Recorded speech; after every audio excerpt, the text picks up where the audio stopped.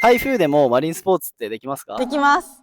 って言いたいところなんですけど、波浪警報が出ちゃうと中止になっちゃいます。あ、やっぱりそうなんですね。海も荒れるし、視界も悪くなるので安全第一です。今年ってまだ台風来てないですよね。確かに直撃はしてないですね。台風だったらキャンセル料とかってかかるんですか？自分たちからお断りする場合はキャンセル料かからないので安心してください。例えば伸びすぎた時とか結構危ないのでキャンセルしてもキャンセル料かからないですよね。それはさすがにお金いただきます。失礼しました。わかでもマジで飲みすぎは危ないので前日は気をつけてください。りました。ありがとうございます。